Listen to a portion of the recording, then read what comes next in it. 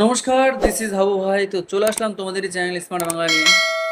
আজকে আমরা চাকরির জন্য দরকারি 4টা বিষয়কে নিয়ে আলোচনা করব। ঠিক আছে, বিষয়গুলো হলো ম্যাথ, রিজনিং, জিকে ও ইংলিশ।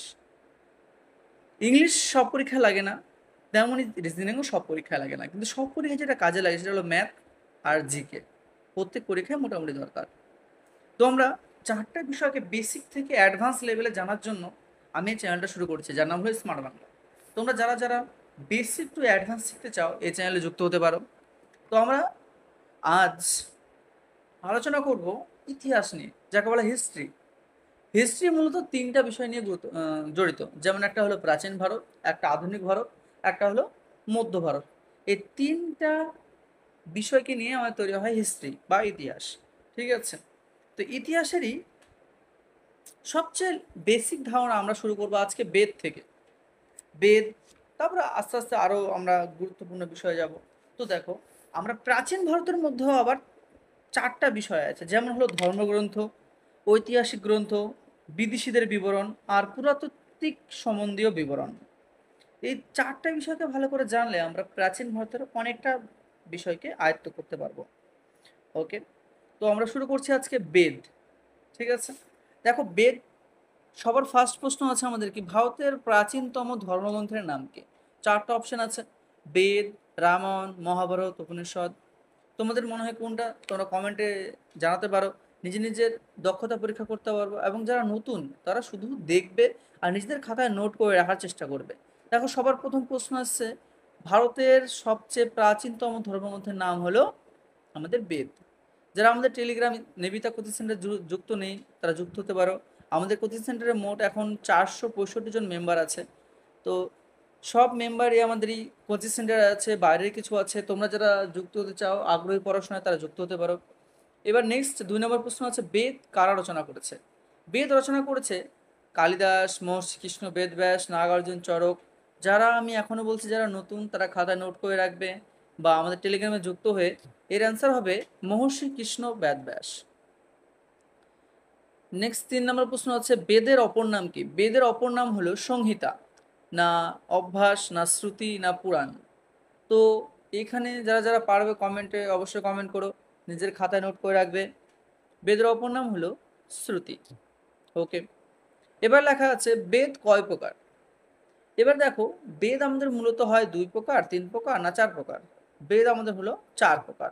এবার কি কি দেখো, অনেক সময় দেখবা এই যারা টেলিগ্রামে যুক্ত আছে এরকম একটা বাল্বের মতো একটা চিহ্ন উঠবে, তো এটাকে যদি ক্লিক করো এখানে দেখতে পাবা বেদ মূলত 4 প্রকার: সামবেদ, যজুর্বেদ, অথর্ববেদ, আর একটা আছে ঋগ্বেদ। ওকে, যারা যাও না এই টিক্সটা দেখতে পারো। এবার আছে সবচেয়ে প্রাচীন বেদের নাম কি? সবচেয়ে প্রাচীন যে 4টা বেদ দেওয়া আছে, তোমরা যারা জানো তারা অবশ্যই কমেন্ট করো, আর যারা জানো না তারা নোট করো। তো সবচেয়ে প্রাচীন বেদের নাম হলো ঋগ্বেদ। ওকে, এবার আসছে আমাদের ঋগ্বেদে কতগুলি মণ্ডল আছে। ঋগ্বেদে কতগুলো মণ্ডল আছে? 12টা, 10টি, 15টি, 21টি। দেখে না ভালো করে, দেখি কার আইডিয়া কেমন আছে, করতে পারো আইডিয়া করে। তো ঋগ্বেদে কতগুলি মণ্ডল আছে? মণ্ডল আছে টোটাল 10টি। এবার ঋগ্বেদে কতগুলো সুক্ত আছে? সুক্ত টোটাল আছে আমাদের, দেখতে পারো 4টা অপশন আছে: 1052, 1028, 1050, 10,462। তো ঋগ্বেদের সুক্ত আছে 1028টি। ওকে, এবার আমাদের চলে আসলো ঋগ্বেদে কতগুলি রিচায় আছে।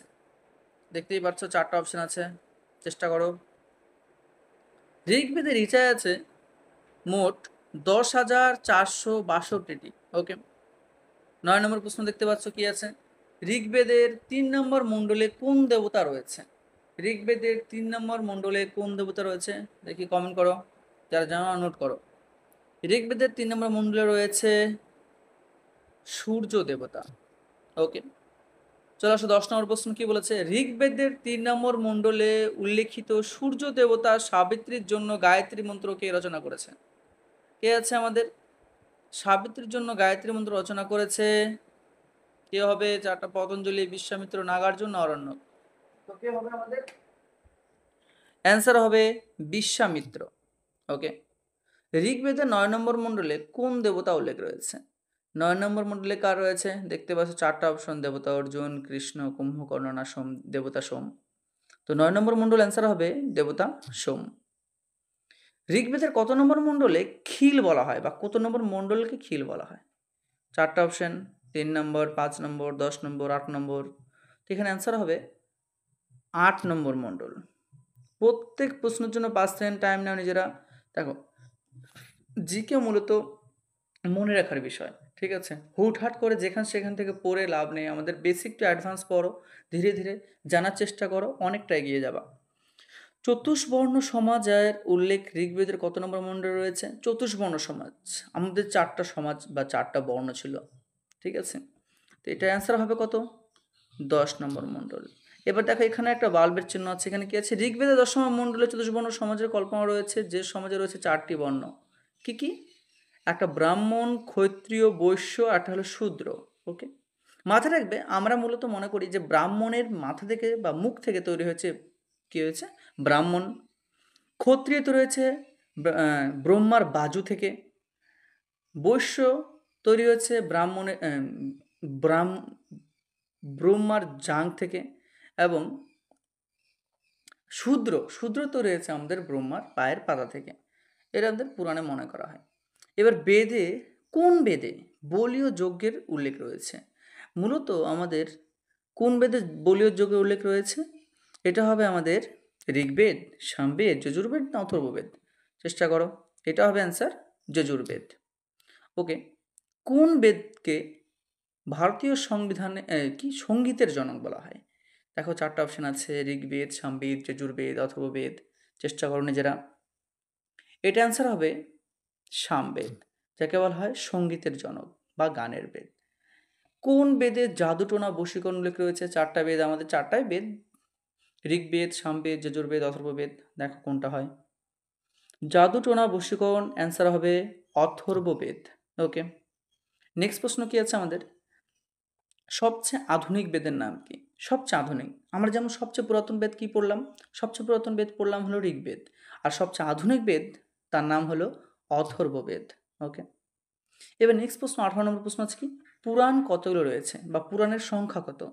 দেখো, পুরাণের সংখ্যা আমাদের 4টা অপশন দেওয়া আছে, চেষ্টা করো আগে নিজেরা। পুরাণের সংখ্যা হলো মোট রয়েছে 16, 17, 18 না 108টি। পুরাণ রয়েছে মোট আমাদের 18টি। ওকে, পুরাণ কে রচনা করেছে? দেখো, পুরাণ রচনা কে করেছে? 4টা অপশন দেওয়া আছে। পুরাণ আমাদের রচনা করেছে লোমহর্ষ, উগ্রসভা, না বাদশায়ন, না কালিদাস, না জীবনানন্দ দাস? অ্যান্সার কি হবে?